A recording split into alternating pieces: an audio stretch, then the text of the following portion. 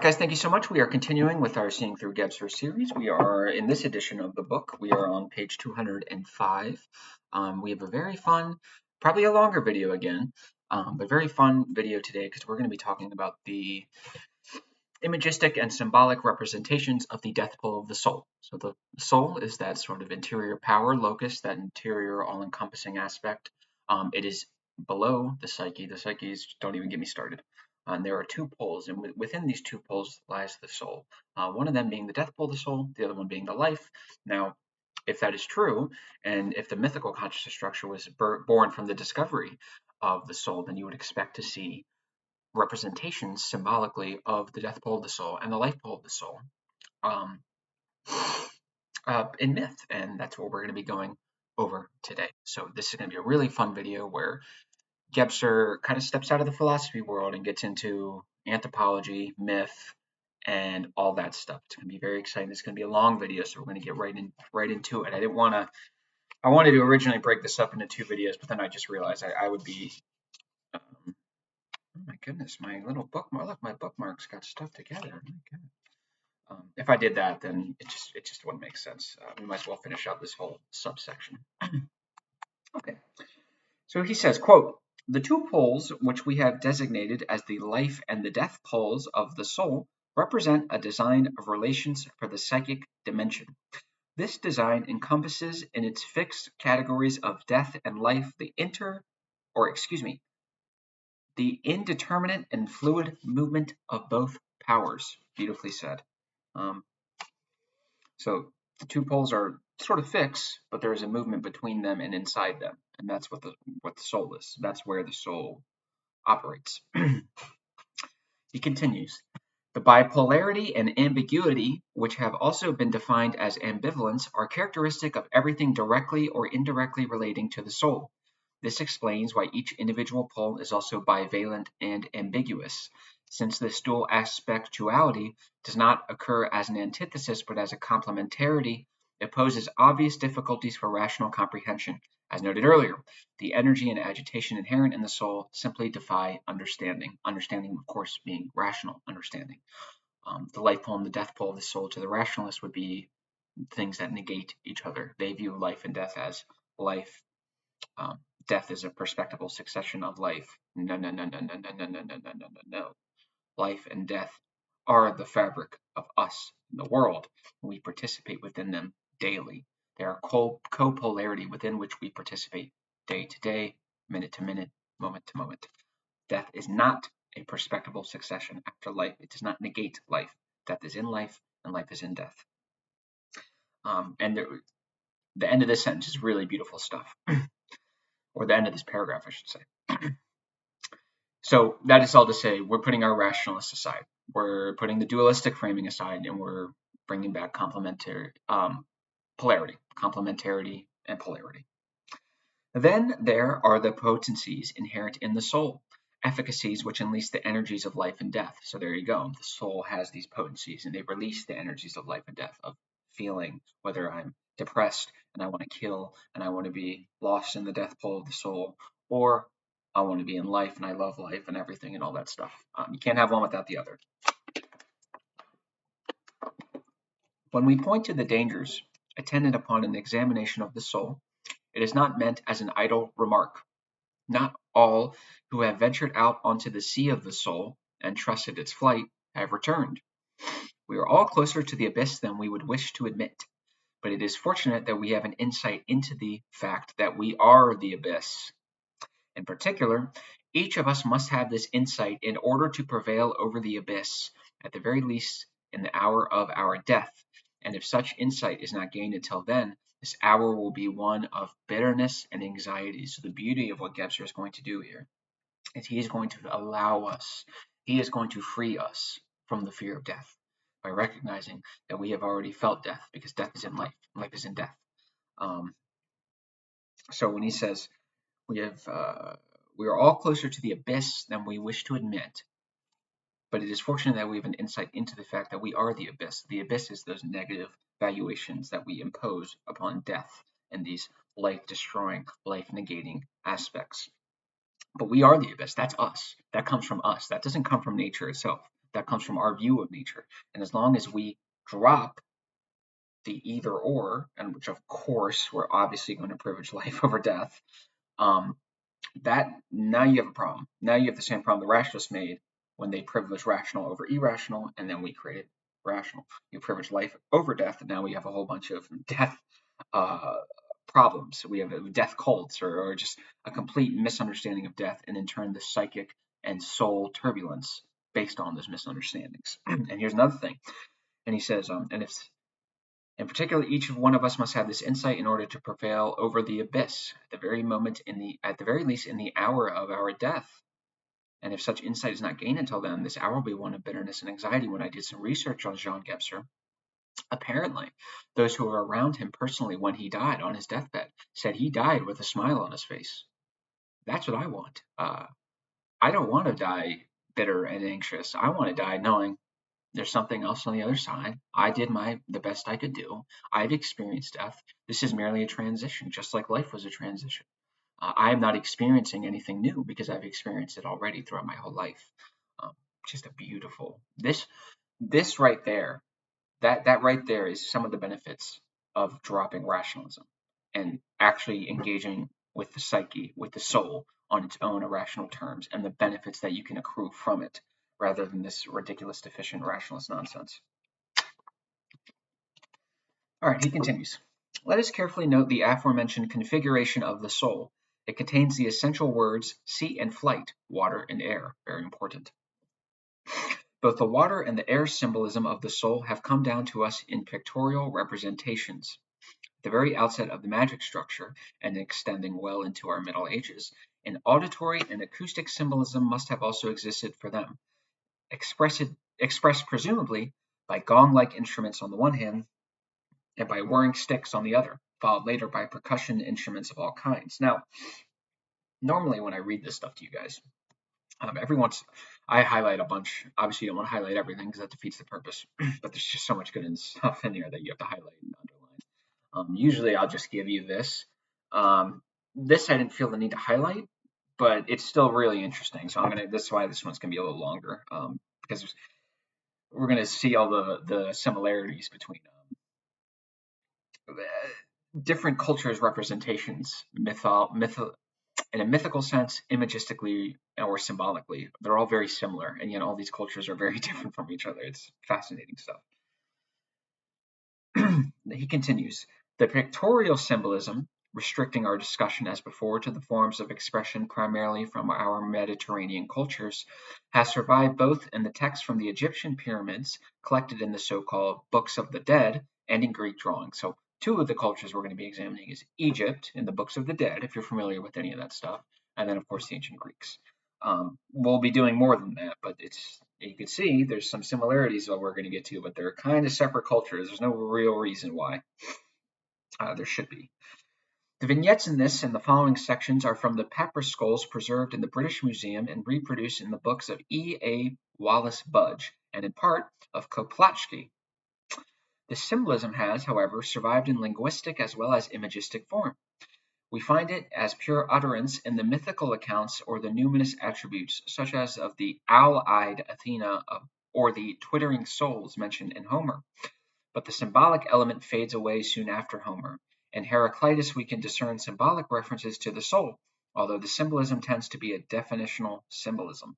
With the advent of philosophy, such symbolism is even more markedly mentalized and later rationalized. In this form, in part deliberately, in part quote-unquote unconsciously, such symbolism survives in our day in religious as well as poetic utterance. So until the mental structure, which of course birthed philosophy, which I think later on in the book, Gebser describes philosophy as secularized theology. I have to warn some of you philosophy guys. If you want to jump ship now, I think Gebser is done with philosophy. We're going to get into it later on in this series, and I every time I read about it, I think about you guys, and I feel so bad.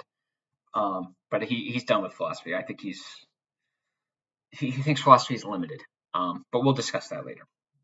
But when philosophy comes around, all of a sudden symbolic representation, deploying symbolic thought when engaging with symbolism, that gets rationalized away.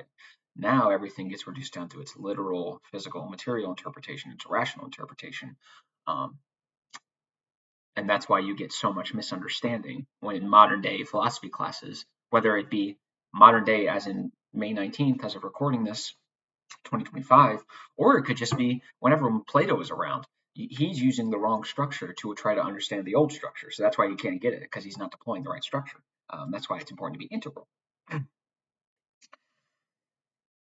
Given the immensely rich material devoted to the symbolism of the soul, our decision to bring to discussion only that part relating to the symbolism of life and death was based on its suitability as an essential constellation for demonstrating the basic character of the psyche. So there's a lot more to just the life and death pole of the soul. There's a lot more in there. But for our purposes, just to give you a basic structure, these are the two poles. Everything moves in and through the two poles. At the same time, we must bear in mind that even this approach is a partial violation of psychic events, since the death pole of the soul is always simultaneously the life pole, and vice versa. Very important. Remember the yin and the yang. In the white half, you have the little black dot, and in the black half, you have the little white dot. What does that mean? One is in the other. Yin and the yang is the absolute perfect symbol for the mythical structure. Anytime you think of the mythical structure, think of that, and you've got it perfectly. So don't get too lost on the rational contradiction and the rational dualism. Okay, when you start to see, well, wait a second, if this is the death pole, why is there life here? If this is the life pole, why is there death here? Because they're both the same. They're both complementary. That's the whole point. We are, for the sake of mental understanding, we are dividing them, but we're doing that purposely, and that's what he just mentioned. He knows we're dividing them. This is integral right here. We can use rationality under certain limitations, as long as we know when to deploy it, when not to deploy it, and if we are deploying it, be cognizant of its limitations. Very simple. Every symbol then, which we adduce, parentheses, say, as a representation of the death pole will always contain the other aspect. Nevertheless, we shall attempt to seek out the characteristics first of the death soul or soul of the dead, and second of the life soul, with the aid of such one-sided symbolic attributions which emphasize in each instance only one aspect or expressive valence. And we shall ascribe water, with its preeminently quote-unquote living attribute, to the life soul, air, which has been visualized in the form of breath, a sail, or something in flight, to the death soul, although breath, of course, contains the living element as well. Brilliant. So water is going to be the main symbol to signify the life pole of the soul. So when you see the ocean, you see river. When you read T.S. Eliot's Wasteland, water being thrown from cliff to cliff, or maybe that was Holderlin. Anyways, that's what that is. So the life pole will be water. That's the living element. Whereas air, something relating to air, like you said, it could be wind, it could be breath, a sail, or a bird. We're going to be getting into that. That's the death pole. So if you see the bird or the winged being, or just wind or something with air, that's death pole. If you see water, that's light pole. Simple enough. Now, this is interesting. Now, breath, of course, is aspect of air. Its characteristic is, or it's related or associated to air, of course. It is also the essence of life. When you stop breathing, it's done. You're done. You're not coming back unless someone resuscitates you and causes you to breathe again. So it's interesting that the breath is with the death pole, because the death pole means that there is no breath, and yet breath is associated with the death pole. This is not a contradiction. This is polar complementarity. Life is contained within death. Death is contained in life. So if you're viewing the death pole of the soul, it's not surprising to see also aspectuations or characteristics that signify the life pole. And there's some interesting stuff about breathing. That's interesting. Let us first examine the symbolism of the death soul or soul of the dead.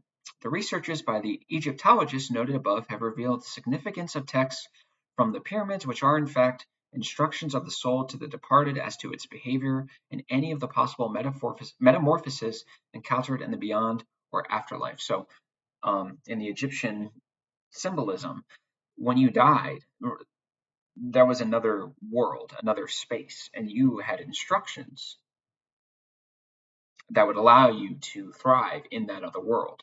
So the world of life, the world on earth, is just seen as one half of the big picture. The second half is the other world that you'll face when the last breath takes the soul with it.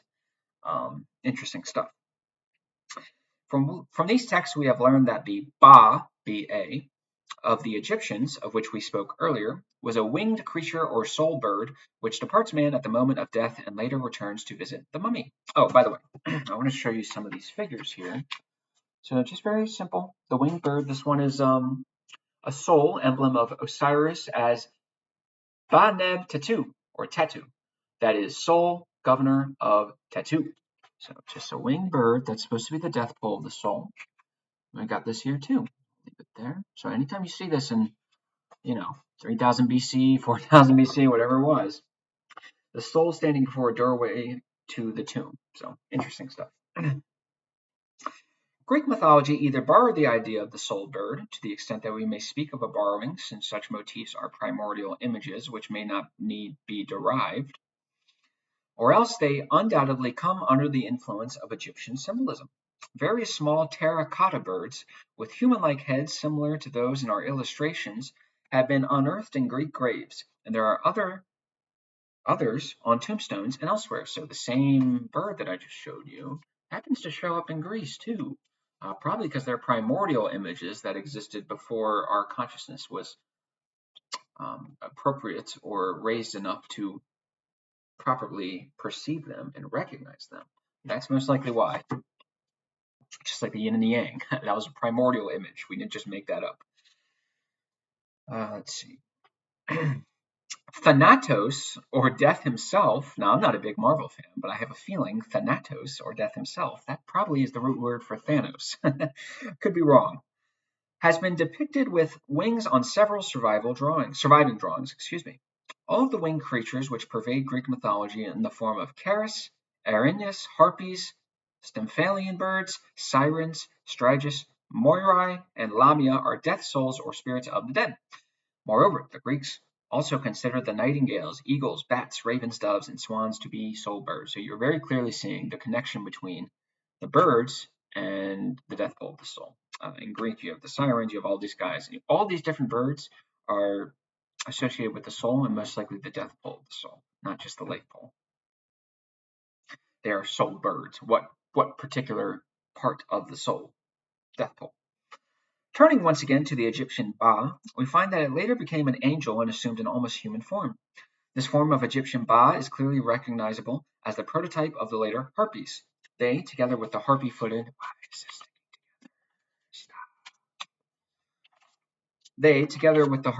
sirens, are in our opinion most likely complementary images for the muses who, as we will examine later, express the other pole of the soul, the water aspect. If you watch my poetry video, my most recent Kill Rationalism video, you will get a little spoiler about what the muses' relationship to the life pole of the soul is. The muses, that polar complement to the sirens, the harpies, the death birds. This is the life aspect. Symbolizing, whereas the song of the muses invigorates the poet, that of the sirens entices him to death. So we're seeing the two different poles and how they differ, and yet they are the same. Symbolizing the reapers of death in the form of demons, the harpies or sirens survive in the Christian idea of the angel of death, and their singing has an ambivalent sound even in the song of the heavenly host. So for you Christians, that's a pretty interesting connection there. Here we should point out a connection which is able to shed light on our subject as a whole, the background of which has been previously overlooked. We refer to the struggle between the muses and the sirens and what it represents. It should be evident that the struggle expresses the mythical Greeks' attempt to come to terms with the two aspects of the poles of the soul. So in ancient Greek mythology, when you see the sirens or whatever, the harpies or whatever the other winged being is fighting against the muses, what does that tell you? This is the Greeks saying, hey, this is what the soul is. Mythology is the shaping and crafting of images to touch aspects of the soul. So we are expressing the soul in imagistic and pictorial symbolic representation. And if it's constantly, I'm seeing this sort of perpetual battle, almost like in a blood meridian sense, where the judge, he never sleeps, he never dies. Why? Because he is, in my opinion, sort of the polar complement to either a benevolent God or to just the good. He is the evil, and he cannot die and will not die because he is built into the fabric of everything, visible or invisible, in this world, discovered or undiscovered in this world. So trying to eliminate him is useless.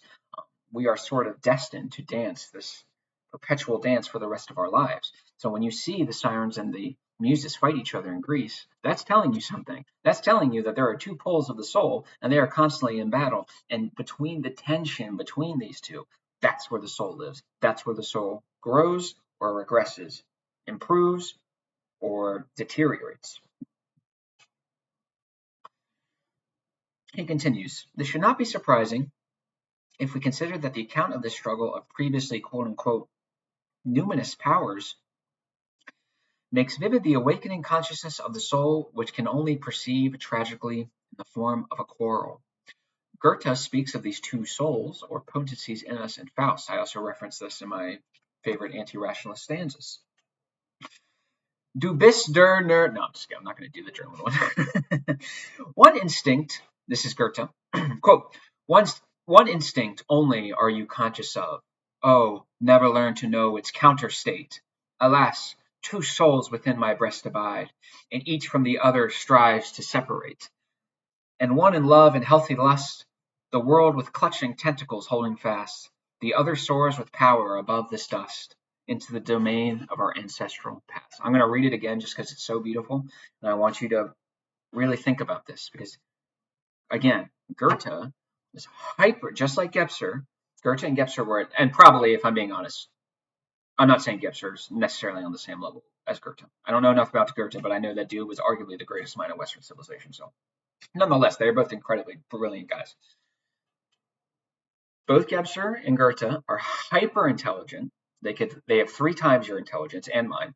They are 50 times your erudition. They have hyper erudite, and they take spirituality hyper seriously. So when people dismiss these guys as just being these irrational morons, that's a dangerous game you're playing. Goethe could forget 90% of his knowledge and still have 100% more than I do. So let's read again. Quote, one instinct only are you conscious of. Oh, never learn to know its counter state. So counter state. So if it's death, then of course that would be life, and life that would be death, the counter state being the polar complementarity. Alas, two souls within my breast abide, and each from the other strives to separate. There you go.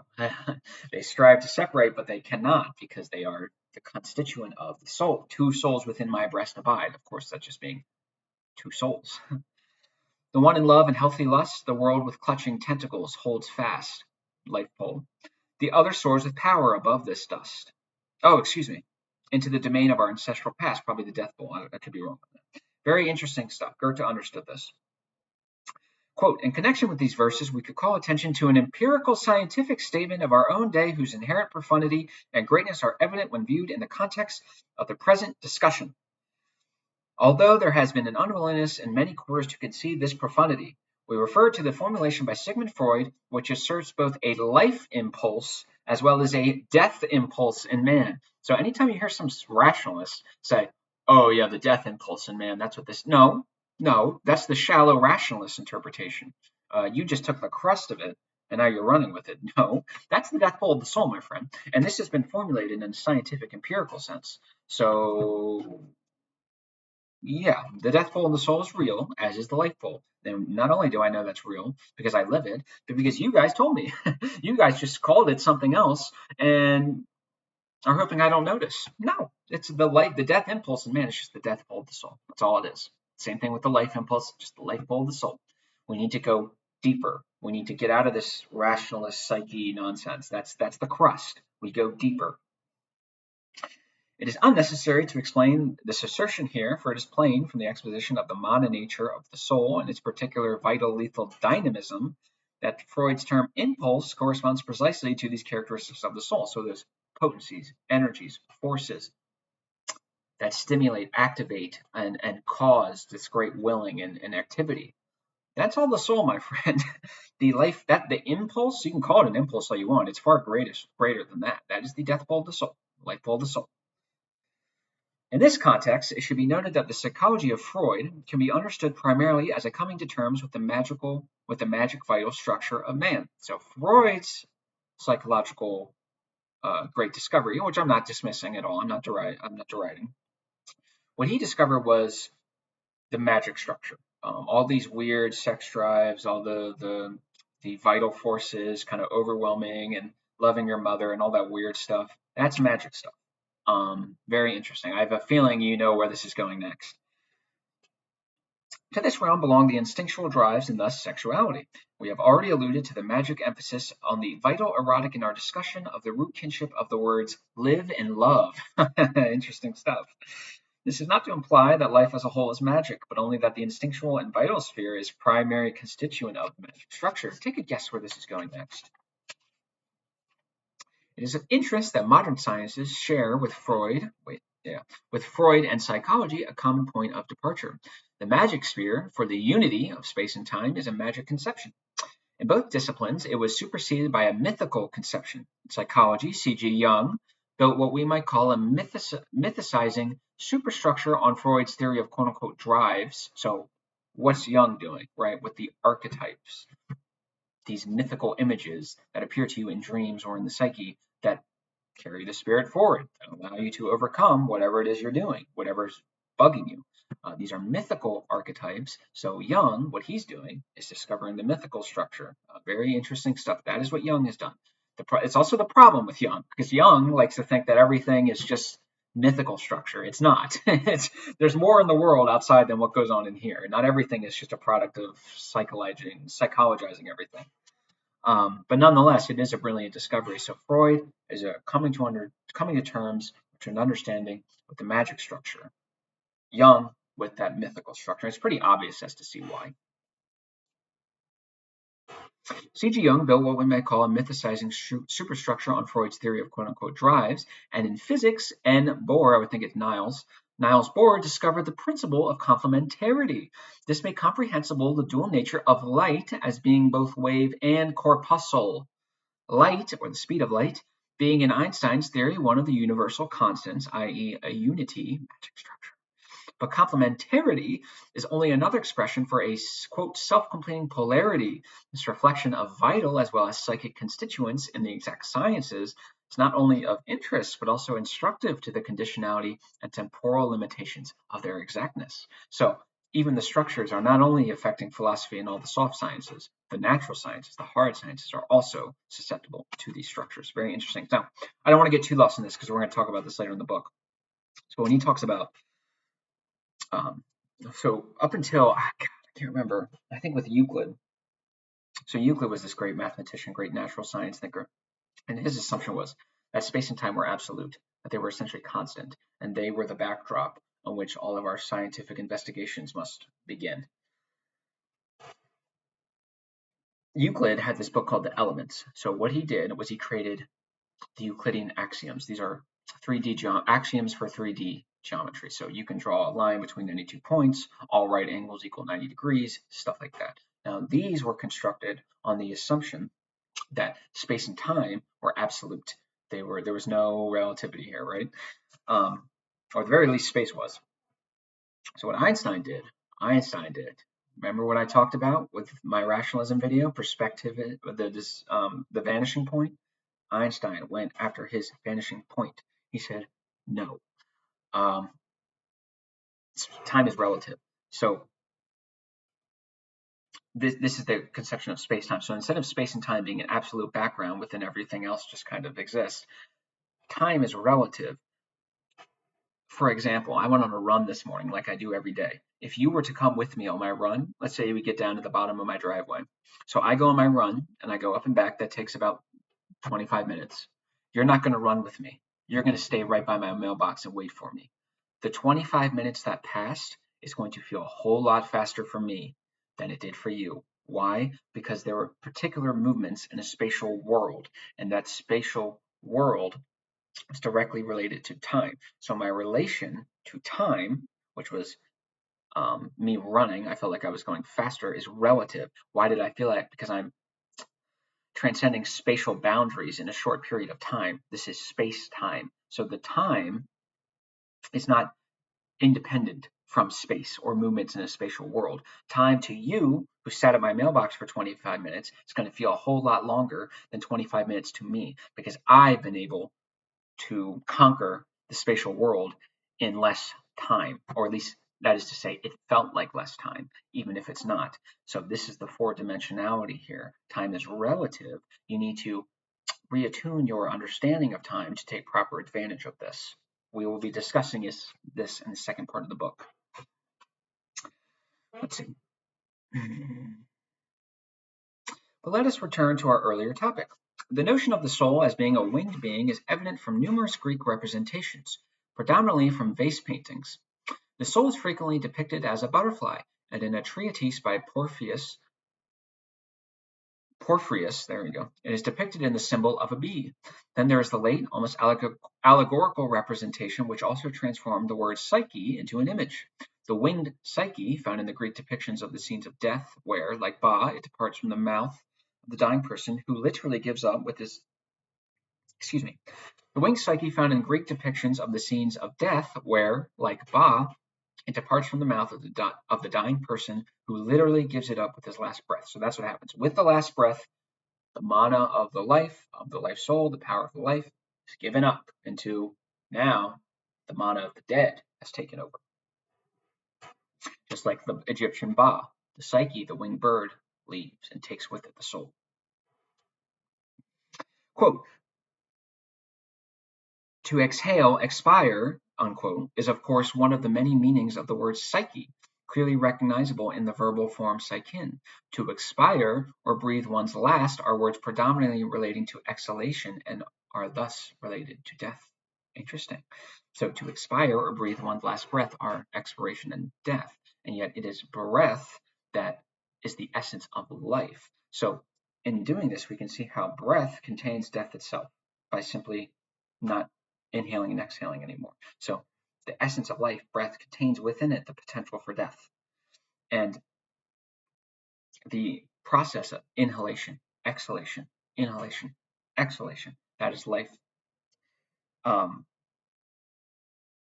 Or I should say, the cessation of the inhalation and exhalation of breath is in turn a sort of recognition of the importance of the life aspect of breath. So death and life and death. Breath is both life and death. You exhale, which is the form of dying, but also inhale, which is the form of living, and you do that constantly. And then, of course, once that stops happening, you're done. Let's see. Do I want to read? No. The death pole, I'll skip the next paragraph. The death pole of the soul reveals yet another relationship which will be of considerable help in our deliberations on the phenomenon of spirit. This relationship centers on the kinship between the death soul and the moon. The lunar character of the soul is already manifest in Vedic literature, where we find the words in the Upanishads, quote, all who depart from this world go to the moon. Their lives cause its waxing side to swell, and on the strength of its waning side it ushers them into a new birth. But the moon is also the portal to the heavenly world, and whoever is able to answer its queries is permitted to proceed further. Those, on the other hand, who are unable to answer are transformed by the moon into rain, and they fall down on the earth. Here they are reborn as a worm, or as a fly, or as a bird, or as a lion, or as a boar, or as a tiger, or as a human being, or as something else, at this place or that, according to his works and according to his knowledge. That is to say, if someone comes to the moon and the moon asks him, who are you? He should reply, I am you. If he replies in this way, the moon will let him pass beyond. So in ancient myth, when not only are you going to see the soul bird, the winged being that represents the death pole of the soul, you're also going to see an association with the moon. And we're going to be talking about the moon's pretty cool symbolic relationship to the sun. The moon waxes and wanes, just like the soul, the 2D flat circle, waxes and wanes, waxes, life pole of the soul, wanes, death pole of the soul, where spirit is a source of constant energy. There is no waxing and waning. It's constant energy. That's spirit. But you're seeing this connection between the death pole of the soul and the moon. And of course, the life pole of the soul would be with the sun. I think you could probably imagine why. I just watched Prisoner of Azkaban last night, actually, with my girlfriend. Remus, spoiler, turns into a werewolf upon seeing what? The full moon. The zombies, I believe it was, in Dawn of the Dead, I haven't seen it, don't beat me up on this, are birthed, so to speak, by the moon, which is the death pole. The death pole of the soul, represented by the moon, gives birth, death and life and death, to the zombies. So once you see that, that's where this derives from. It's not just some random, I don't know, it's not just some random thing someone made up. To complement this passage from the Upanishads, let us quote another from the Bradaranyaka Upanishad. Third, Ahayaya. Second, Brahmanam. I wonder if the Indians think our language is as difficult to pronounce. They probably do. Quote, Yajnavalkya, the son of Rita Boga, spoke. When the speech of this man enters the fire after his death, his breath goes to the wind, his eyes to the sun, his manas to the moon, his ear to the pole, his body into the earth, his atman into the akasa, space, his body hair into the plants, the hair of his head into the trees, his blood and semen into the water. What remains then of man? This text from a different cultural context, Gebser says, is of particular significance because of its numerous complements, particularly as the blood and the semen, forces bearing the life mana, are attributed to the water, while the manas corresponds to the death mana and is attributed to the moon. This Sanskrit word manas, by the way, has nothing to do with the word mana, and is variously and ambiguously rendered as inner sense, spirit, understanding. So when the Sanskrit uses manas, they're not talking about mana, that supernatural external force that we talked about earlier. We should surmise that it is akin to the Greek men, mene, or menas, M-E-N-A-S, which mean moon and month, as well as with menos, also Greek, which connotes, among other things, drive, instinct, force, and is, as we noted earlier, one of the constitutive words of the mental structure. Let's see. This close connection between the death pole of the soul and the moon is not restricted to the Upanishads. The Egyptian Book of the Dead is full of references to the soul as coming to the earth from the moon. In the Pythagorean tradition, the moon is the abode of souls and the home of ghosts and spirits. While the same assumption is prevalent in Gnosticism, as evidenced by a passage in the apocryphal, I can never pronounce this freaking word, apocryphal, A-P-O-C-R-P, A-P-O-C-R-Y-P-H, apocryphal, I can never pronounce, I'm sorry, writings of Thomas, and by Manichaean texts. In Plutarch, there is also a Nekia description recounting Thespius' journey to Hades, in which the souls of the dead arrive on the moon, a remarkable agreement with the many passages in Vedic literature where the moon is the gate to heaven. According to Theophilus of Anatoch, the sun is, quote, the image of God, the moon, the image of mortal man. So, to be clear, the connection that we're seeing throughout all these different cultures and all these different great thinkers, this is not arbitrary. It's not rational. It's certainly not irrational. It's certainly not rational. It's certainly not objective. They're certainly not doing it through logical proofs or rational analysis. Nonetheless, all these different people from these different cultures, and completely different cultures, by the way, we don't have this sort of modern contemporary, everyone's just the West. Everyone likes, we got children in Africa wearing Beyonce shirts. That's not what this is. This is way different world, completely different cultures, and yet they're doing this. So it is not rational. It's not logical. I'll give you that, but it's not arbitrary either. Perhaps it's touching upon a aspect of the world or human condition that is quantifiably immeasurable, but nonetheless true. The moon is not, however, merely the portal of death. It is although parturient, giving birth to the souls. So remember, the souls were birthed from the moon, which is the death pole of the soul. We have death and life. These are not a contradiction. Death and life and death, polar complementarity. This ambivalent symbolization expresses, of course, the circumstance which we noted that at the beginning of this section, and to which we will return shortly, namely, that the symbolism of each pole of the soul also inherently encompasses its complement.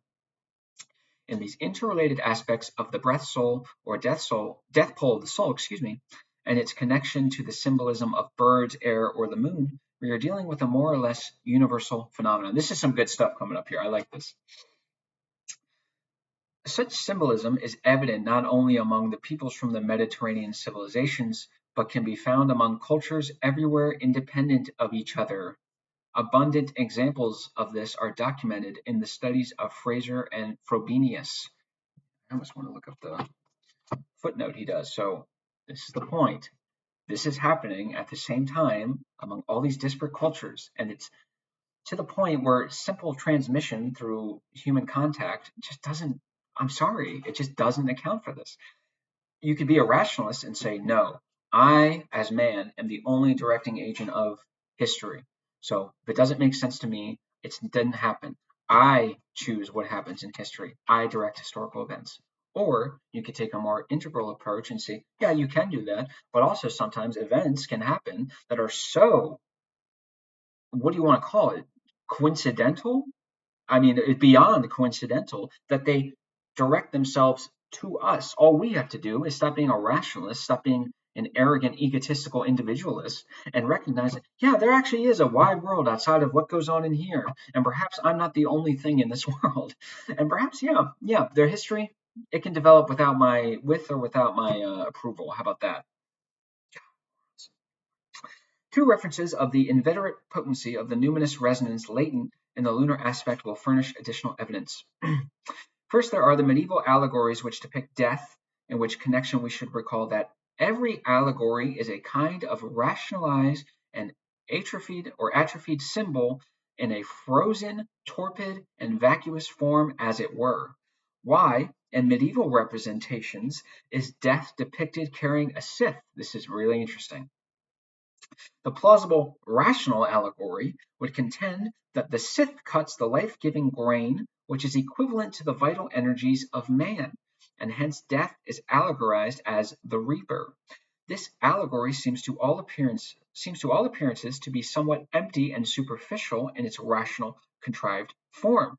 But this shallowness is quickly charged with psychic potency when one realizes that the scythe is none other than the sickle of the moon. So, perfect example of how rationalists bastardize with mythology with their shallow, superficial, trite interpretations. Why is the Grim Reaper holding the scythe? Because he cuts down the harvest, and that gives life, so he's the death. No, it is far deeper than that. It is the scythe of the moon, and that in turn means it means just a whole lot more. It's the resonance, the significance, the meaning conferred by that is simply far greater because it's tying to all these symbolic aspects that are very deep and very immeasurable. So, perfect example of how the rationalists, in their limited mode of thought, reduce everything to this shallow, pathetic, meaningless interpretation of life. Then they have the balls to sit here and be like, why is everyone being so rational? Why is everyone reverting to Christianity and communism and fascism? That's why. To be sure, all of these somewhat confusing affairs, interrelationships, and symbolizations seem to be quote unquote senseless. And senseless they are, since they lack quote unquote direction. The possible quote unquote sense of the symbolizations quoted above does not become evident until we also consider the complementary pole. When we are able to treat or embrace both poles together, then we will be able to recognize them as being, even today, an effective potency. This next one's great. Enlightened rationalists will not take this potency seriously, while idealists will perhaps find it amusing. It is possible, of course, to ridicule and deride all of this. It is possible, of course, to ridicule and deride all of this. Do so at your own peril. Like I said earlier, Gebser is hyper intelligent, hyper erudite, and he takes this stuff hyper seriously. He understands your mode of thought better than you do. He understands you better than you do, and yet he takes very seriously what you dismiss. That should cause, if not a complete reversion into what he thinks, at least a cause for pause and be like, maybe I don't have it all figured out here. Maybe I'm not as smart as Gebser or Goethe, especially on an area of mythology that I know nothing about. No one knows anything about mythology nowadays. John David Ebert is the only person who I've ever met, both online, who's living, I mean, Joseph Campbell doesn't count, online and in real life, who actually understands mythology. He's the only one. So it's possible, of course, to ridicule and deride all of this, but anyone who does so is ridiculing his own soul and deriding what he or she cannot fathom and consequently denies. And such denial is only a result of a lack of courage and strength for another kind of measurement, the contemplation appropriate to the nature of the soul. Yes, yes, if you want to dismiss all this, you have the right to do that. I'm going to interpret that as you being too cowardly to put aside your rationalist little egotistical box and actually deploy a mode of comprehension that is appropriate to what is being comprehended. So when I'm engaging with symbolism, Richard Dawkins, I will be deploying symbolic thought. That when I'm reading I'm not a Christian. When I'm reading the Bible, I will deploy symbolic thought, not your ridiculous, oh, the dragons aren't real. Yeah, we got it, dude, you moron. God, I do not like Richard Dawkins. I love Gebser. The idealists will at best join the league of imitators, associative quote-unquote thinkers, psychists and emotionalists who fail equally to do justice, to the extent that one can do justice, to the soul, since they do not direct their soul, but rather are themselves directed and confused, for the most part, by its unperceived powers. Idealists and materialists are both like two children on a seesaw who have been teetering back and forth for 2,000 years. Now one, now the other is on top and shouts hurrah, while the other summons all his weight and strength to be able to do the same. And thus the game goes on. Each thinks that his own weight and strength is decisive, and neither considers the fulcrum in the middle, which, from its own point of rest, is what makes their movement and the game itself possible at all. This is what I'm proud of myself because I thought of the seesaw metaphor, and then I read on later, and it was like, oh, that's actually he thought of that too, obviously. And this is what the rationalists done. They've taken two polar complements, just like he says.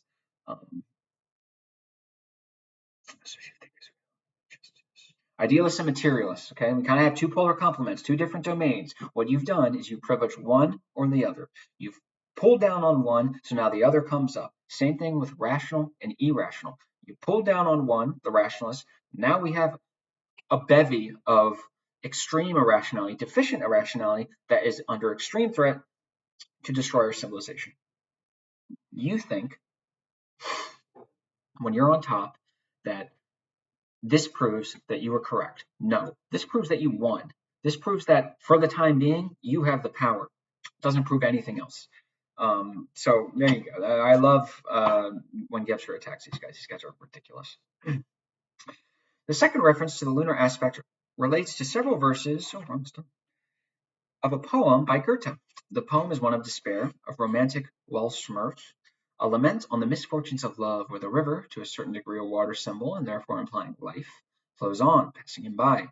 It is titled To the Moon and begins with the verses. So Goethe understands this. Thank you. You once again enclose the veil with still and misty sheen, and free at last my soul entire from its terrestrial dream. Brilliant stuff. Just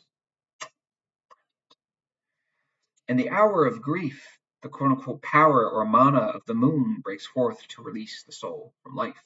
So in the final hour, the power of the moon, which is a correlate or a symbol for what? Death pole of the soul. Good job, class. Breaks forth to fully release the soul from life.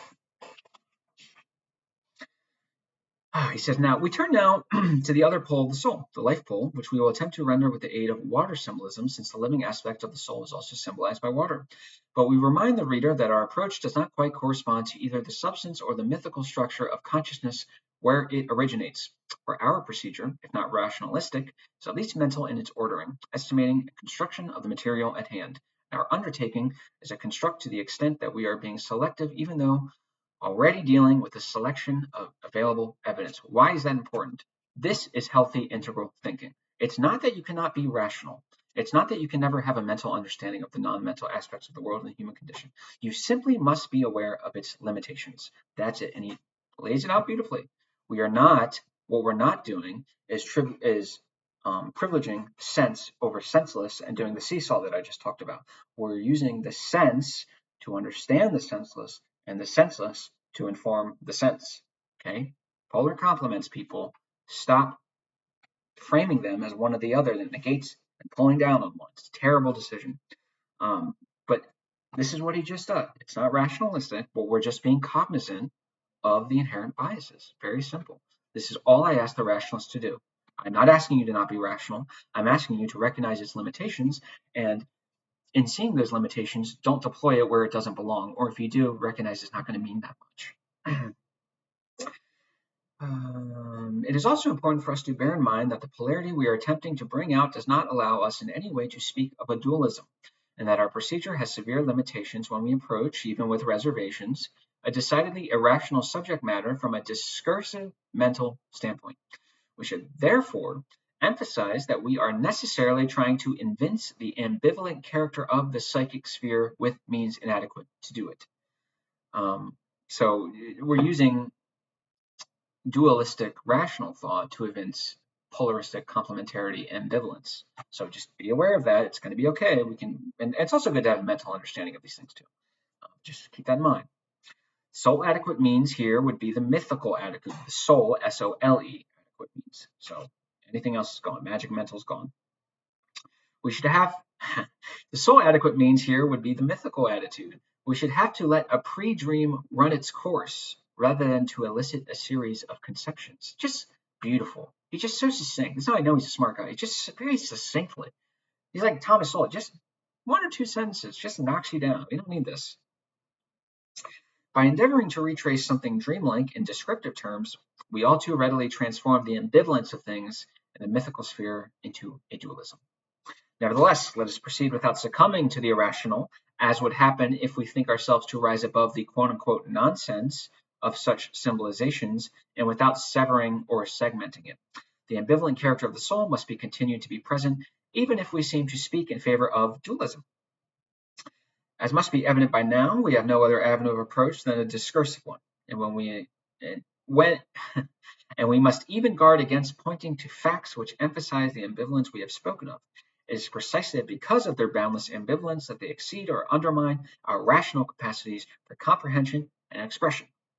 We have addressed this extremely confusing state of affairs since we can grasp in it.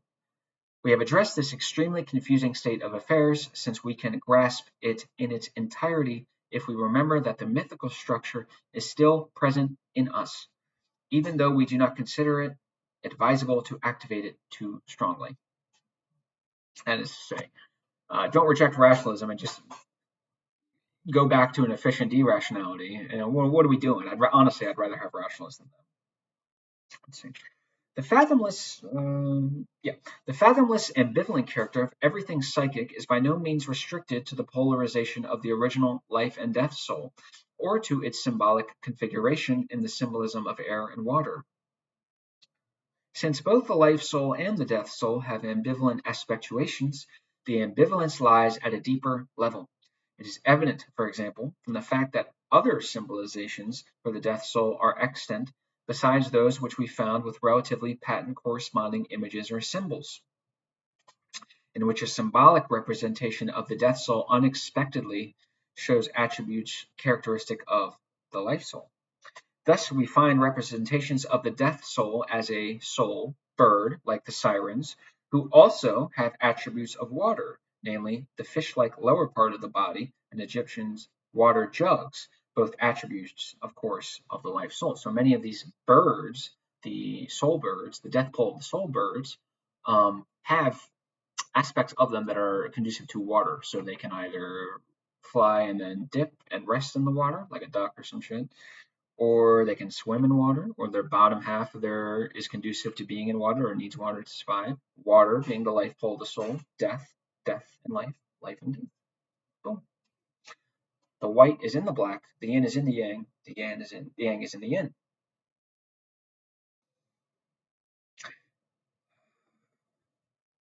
Since both the life soul and the death soul have ambivalent aspectuations, the ambivalence lies at a deeper level. It is evident. Oh wait, sorry, that was stupid. Then there is the bee which, as a winged being, was associated with the death soul, but which appears as an attribute of the muses. They in turn stand closer to the life soul because they are water nymphs. Indeed, water itself has a death aspect, notably in the Greek myth of Lethos and the river of forgetfulness. Leth, of course, you could always drown in water. Water's great, but it could also kill you. From these references, it should be sufficiently evident that everything pertaining to the psyche, as it manifests in image, myth, and dream, is ambivalent. In particular, we should not forget that we have called or recalled attention to the sphere of mythical psychic realities precisely because they are even today actual energies which, in times of semi-wakefulness, dream, and sleep, more than half of our lives, give our lives their effective imprint and coloration. This is true even if our reason may disclaim or dismiss them. So I don't care if rationality comes in at a state of waking consciousness and says all those mythical images I saw when I was dreaming or in this sort of kind of trance state of not really being fully in consciousness. You can rationalize them away. That doesn't mean that they're not potent or powerful or existent in their own right. That doesn't mean they don't have their own benefits. You just rationalize those benefits away in your waking consciousness. So that's one half. Of course, the other half is our sleep and all the stuff that goes in there. That should be respected and integrated, not your ridiculousness. Such rejection or defense merely heightens the tension, and therefore the effectivity of these essentials. So every time you try to rationalize away all those dreams, all those images, all those dreams you have that think, well, wow, this is really hitting a level of personality that is kind of extreme and spiritual almost. All you're doing is heightening those when you try to rationalize them away. You're saying, yeah, it didn't work next time, but maybe if you're more powerful next time, it'll work. Of course it doesn't, and then you're going to have problems. Rather than to dismiss them, it would be better if our reason were to gain insight into their workings, whereby they then become an effective reality. So rather than using rationalism to dismiss and deconstruct those dreams as little more than neurons firing off in the brain or whatever it is, how about this? How about we have the balance of sense and senseless, and we work with these together? We use these to inform each other, to complement one each other. So how about we use our rational capabilities to make sense and to gain an insight of the non-mental, non-rational aspects in us that are still extremely powerful. And if we limit ourselves, they will destroy our lives. How about we do that? There's an idea. Our capacity to think can also strengthen the innate tendency of the soul towards sensefulness. Oriented thought, it will be recalled, sprang forth from the mythical structure. Only if these conditions are met are we no longer a plaything of our unperceived wishes and stirrings and of our emotions and imaginings. So in using rationality effectively and efficiently, we are gaining insight while also respecting and balancing the senseless and irrational. In doing so, we are achieving a more integral, holistic, and full understanding of who we are, what constitute us, both aspects that are quantifiably measurable and quantifiably immeasurable, and we can channel these into healthy effects or actions in the world that can not only benefit our lives as an individual, but our lives as a society and collective nation, whatever you want to call it, as a community. That will be where we leave off today. Of course, next video we will be doing the life pole of the soul. We kind of spoiled it already, but that's water. So a quick summary is soul is consistent of two poles.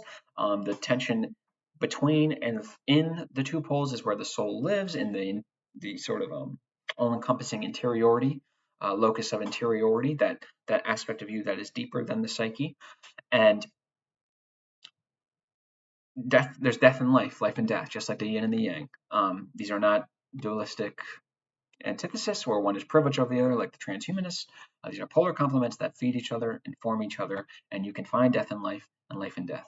Death is represented symbolically through myth and image, through a winged bird, a flight, and water would be the life pole of the soul. So if you see a bunch of water in these sort of old poems, these old myths, you have a better understanding of what's happening here, and same thing with the death pole. Now, I want you to also recognize that Gebser makes this point very clearly. Nothing, and he says it in italics, nothing in mythology is irrelevant. Nothing is unplanned. Every single thing is symbolic and purposeful. Now, whether you like that or not, that's kind of separate.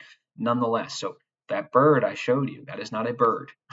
That is the death pole of the soul. And even something as simple as a bird that we see every day can have such profound resonance and meaning as long as you employ the correct mode of comprehension and understanding appropriate to what is being comprehended, in this case, and deploy the mythical structure when engaging with mythology. I know that's a crazy thought that the rationalists just can't seem to understand. I love you guys so much. I'm going to try to do a Kill Rationalism video tomorrow. I hope you guys are enjoying, and I will see you soon. We're working our way through it. Thank you guys.